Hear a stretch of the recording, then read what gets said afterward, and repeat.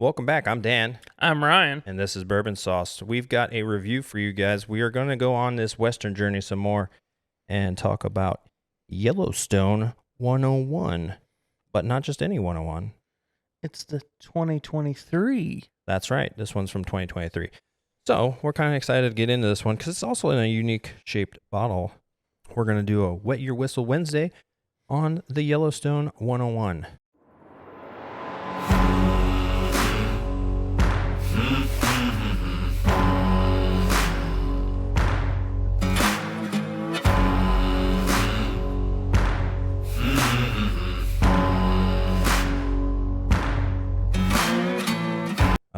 And this week, you're also going to get to see us uncork a new one because we haven't opened this one yet. Nope. So this should be interesting. Oh, America. That was a good one. So the distiller.com, they ranked it 3 and 8.85 stars out of 5. Yep. So that doesn't bode super good, but it's almost 4 out of 5. So Yeah. I mean, and we've had worse, for sure. So once again, this is another one like the Widow Jane, and they use limestone water, I believe, in their distillate. So it should have a nice flavor based on that. A few moments later. Steve Beam is their master distiller. yeah. Beam chose Kentucky straight bourbons, Yeah. which were aged 7, 13, and 16 years, Yep. and then they blend them. They blend it in this Tokaji, however you say it. It's spelled Tokaji, and I'm not Japanese, so I probably will butcher the saying of it, because I'm not familiar with it. But they're basically wine casks, so it's gonna have like a winey, It's gonna be kind of grapey. kind of tannin taste. We're gonna get a little bit of that tannin taste, is my guess, before we get into drinking it. So my guess is it's gonna have a fruity scent to it. You're fruity. Yeah, but I think it's gonna be more fruity on this one just because of the fact that it's in a wine cask. But I guess we'll find out. It looks cool. I mean, the bottle, and then it looks like a normal, light colored whiskey. It's not super dark. It's got a nice color to it. Do you remember what we paid for this thing? I want to say it was around 160-ish. 160 for that? Yeah. Holy shit. Oh, I'm gonna sniff it. I definitely get some vanilla and a little bit of caramel. I smell like a bit of like a rye note in there. Yeah. Definitely get some of the oak. I always get oak for sure, but it's not as like oak forward. No. It's definitely fruity, like smashed grapes, like nectarines mixed with mint is what I get. I can smell a little bit of nectarine there. Interesting though. I can smell some of the spice. Some space. Yeah. Some of the pepperiness. Do we sip? Yeah, let's do it.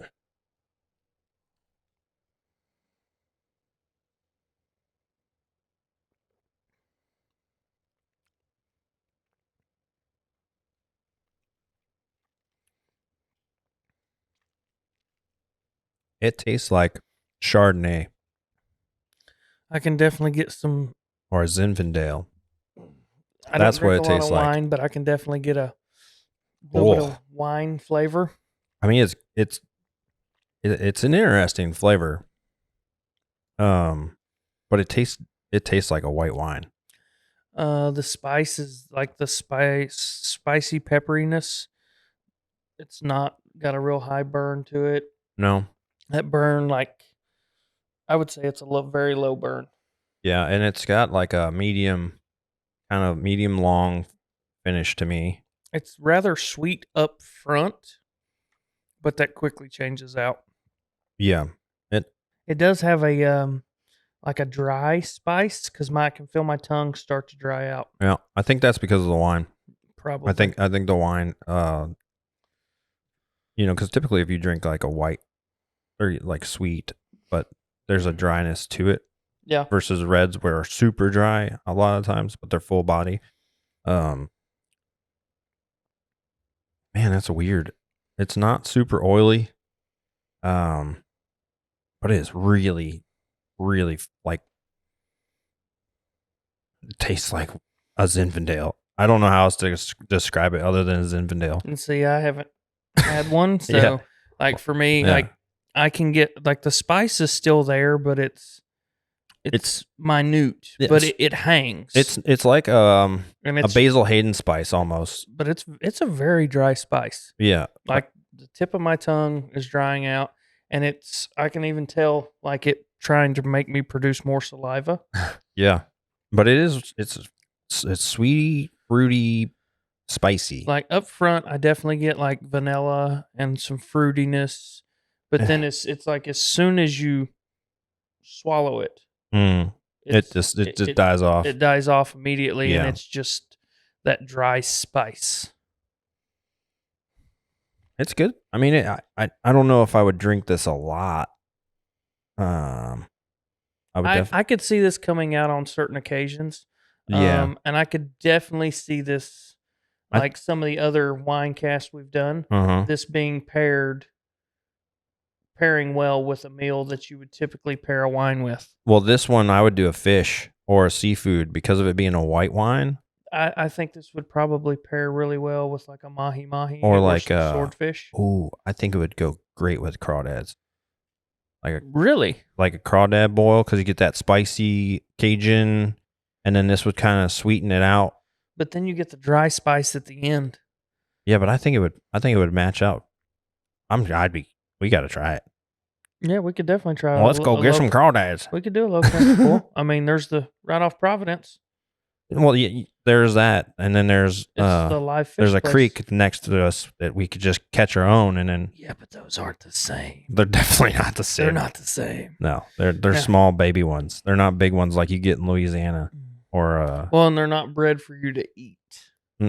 These are like scavenged. Something's eating them. The birds are the birds and the fish and the snakes, right? But they're not meant for us. You need to have like the good red ones. You don't need the dirt ones. The dirty. Yeah. Those ones are black and blue ones. The greenish gray. Yeah. Whatever. The ones that look like they're already rotten. Yes. Yeah. Yes. Yeah. You don't want those. No. We would have a mess of straight-tailed. And you don't eat straight-tailed. Let's go to our boards here and write about it a bit. A little swishing around here. Let it dilute a bit. The wine comes out heavy there. Interesting. I don't get the wine on smell now. But the longer the cube sets in there, the weaker the smell gets. Yes. So when I swirled it around that cube there, it kind of got rid of the wine. For me, anyway. It's very flat. You know how that did it to the Widow Jane, where like the scent, you had less smell for it because it made it real flat. Now when I drink this, I taste the wine. Yeah. The oak, the floral is there more. Yep. I think we're gonna. I don't know. We'll see if you're surprised at mine or not. I don't think I'm gonna be surprised. I think the initial rating that we saw is gonna be higher than what we probably rate it. To be honest. Possibly. I mean, but also for the viewers and those that have never listened and might this be your first one, we do a scale of negative to 10. I say negative because we normally try not to go There's negative. There's only one that is negative. Only 10,000 cases. That makes sense. They do it like it's just a one-time every year run. The MSRP is $100. Yep. So it was, pretty steep for that. Yeah, it was like 160. Yeah, that's steep. Yeah, but especially for what you're getting. If you look online, it's almost $200 I everywhere. think the other Yellowstones are better than this one. I would agree. Yellowstone toasted is my favorite. I know. You damn near killed that bottle by yourself. Yes, You I had did. to save it so I could taste it when had- I came back. Yeah, I saved just enough. Just the tip. Yeah. Okay. So on neat, what was your smell? 7. Ooh, wow. That's really I hot. enjoyed the smell, the sweetness. Okay. I enjoyed that sweety floral. Like it has a good smell to me. It appealed to me. Oh, okay. Well, I did not enjoy it. I gave it a 3. Okay. What was your smell on the rocks? 2, because it was like non-existent. It was almost like smelling stale water. Yeah. It was it got rid of anything that was going on in there, Uh-huh. and then it was just kind of there's nothing there. There's like no dynamic smell to it I've at got to that point. calculate my score. But Dude, yeah, I gave it a 2 as well on the smell for the rock. Yeah, and then taste for neat. Taste for neat, I gave it a 6. Oh, It was enjoyable, and it was different for me because I don't typically drink wines, obviously. yeah. So it was different. I would not say it was a bad experience for me. Like, it was rather enjoyable getting all the different tastes that came with it. So for that perspective, for me, it was a 6. I gave it a 3. Oh, all right. I was real harsh on this one. I can tell. I think I came in a little biased because of the price. Yeah. And so I have these expectations that need to be managed a little bit. But the point is, if you're going to charge me that much for bourbon, it better knock my socks off. You know what I mean? It better be close to a Stag. It better be close to a Knob Creek 18. It better be close to, any of these other bottles that are in that price range. Right. And for me, it's just not. And so it's getting low marks because of that. So it's like, if you're going to play with the big boys, you better bring some big boy flavor and some nose to me. Because if you don't, you're going to get punished. I mean, that's 100% understandable. And on the ice? On the ice was a 2. Oh, we agree. Yeah. I gave it a 2 also because there's like, it's almost very bland at this point. Now it's almost like I'm drinking ice water. I mean, there's something there, but it's just not pronounced anymore. Right. What about drinkability? What did you score it? Drinkability on neat, I gave it a 6. Just because, I mean, it is drinkable.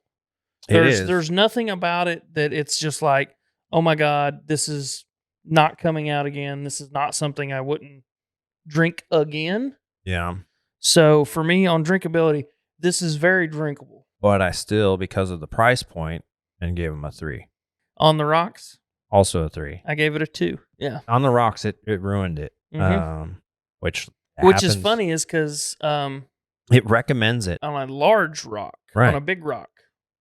Which I'm like, why would you want this on a big rock? Because you lose everything. Yes. And these were small cubes, small rocks. Yeah, small rocks, and you lost everything. Price point, what did you give it? A 2. A 2. A 2. Yeah. At 2 Brutus. I gave it, surprisingly, a 4. Wow. That's a lot higher than I would have thought you would have given it. I gave it a 4. For that bottle, you would be okay, because 4 is like you're almost all right with it. You know what? Because 5 is, because we do 1 to 10. Hang on, I might change your price point. Let me pull it back up here. Where 5 would be like, it's okay. It could be better, could be worse. But 4 is like leaning towards that. 135. Still, I wouldn't. That's what it was. I was making a list of it when I was picking them up. Yeah, I don't think I would still pay 135 for that. And I get they're doing it because it's exclusive. They only made 10,000 bottles of it or whatever, and then it's only for this year, and the next year will be something different. Mm-hmm. So you get that little exclusivity factor to it, rarity factor. Yeah, I mean, it seems like they do pretty much the same thing. I love the bottling. It's just a different blend. So share? I said possibly. I said yes. I would share it. If I'm doing it, then it depends on what the setting is, right? So like we were talking about pairing. Mm-hmm. If we're having a crab boil or a shrimp boil or, some sort of seafood thing. Right. sure, I'll be like, yeah, this will be great. Let's bust it out. If it's like the boys and we're out in a campfire and we're drinking, I'm not sharing this one. It's Well, not gonna be one that I'm like, hey guys, you got to try this one. Right. Because the guys are gonna be like, dude, this tastes like wine, Mm-hmm. and then they're gonna be like, Mhm. Overall on neat, 2.75. 5.75. Yeah, you were a lot better Mm-hmm. than I was on it, Overall on the rocks, I was at 2.5. and I was 2.25. So on the rocks, we're pretty comparable. Which is sad because I'm pretty sure that we've had some other things like fighting cock and whatever else that I would have marked higher than this, which is crazy to talk. A bottle that's $30. No, fighting cock is $15. Oh my god! Which is that's like more insulting to them. That a $15 bottle of bourbon I would much rather have than this. That says a lot. I think part of it too, and what I'm starting to pick up on is you don't really care for the wine finish. Not particularly. Yeah, and I think that kind of throws the whole dynamic off. I forgot my fun Western fact. Oh yeah, what Did you know that there were over 100 saloons in Tombstone? What in the movie? No, in the town Tombstone, Arizona, there was over 100 saloons. One over 100? Yep. Was it 101? Because that'd be kind of funny. Don't know the exact number, but it was over 100 saloons in that one town. Well, anyway, this was our take on Yellowstone for 2023 edition in a wine cask finish. But if you guys want to help support our channel, you can find our Patreon at patreon.com/bourbon sauce and the capital B and capital S in that. Just like our logo. Big B, big S for bullshit. And then you can also find like rare content that we put on there. That's not for everybody. It's only for members that are Patreon members. You got to just go look and see if you can afford it. Because it's kind of exclusive. It's kind of funny. It's kind of unique stuff we put on there.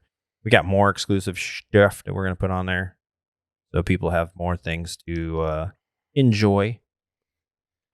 But until next time, drink your favorite drink and get sauced. Cheers. Cheers.